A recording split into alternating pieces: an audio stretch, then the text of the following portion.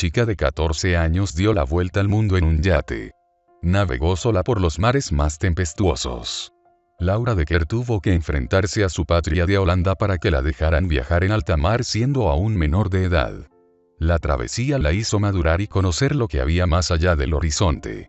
La mayoría de nosotros pasa los años de la adolescencia llevando a cabo las actividades típicas de esa edad.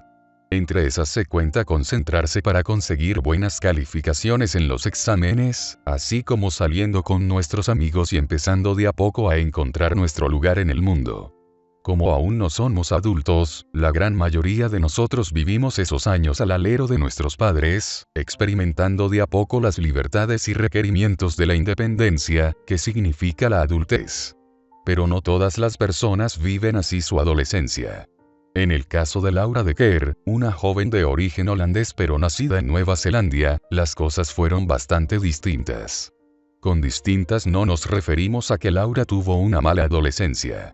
Pero tampoco estamos diciendo que esta fue sencilla y común y corriente. Todo lo contrario, fue vivida luchando nada menos que contra las temibles olas del mar y las tormentas que se ciernen en alta mar. Con solo 14 años, Laura decidió que lo que quería hacer de su vida era salir a dominar las olas en su propio yate. Para partir, no pudo llevar a cabo sus planes por una simple razón. El Estado holandés, al que ella respondía como ciudadana, no permitía que una menor de edad saliera a enfrentarse a las olas por sí sola a tan tierna edad.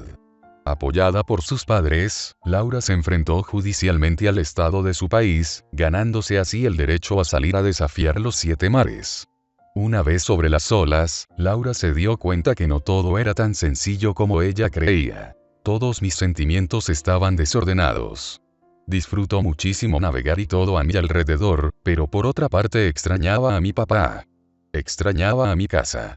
No pude comer nada durante 2 días, simplemente no pude digerirlo, me sentí realmente muy extraña. Finalmente consiguió poner en línea sus emociones, cosa de que le sirvieran para preocupaciones más prácticas como izar las velas o encontrar el rumbo.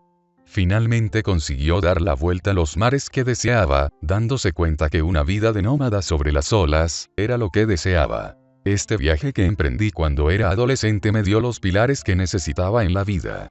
Mi papá y el océano son los mejores maestros que he tenido.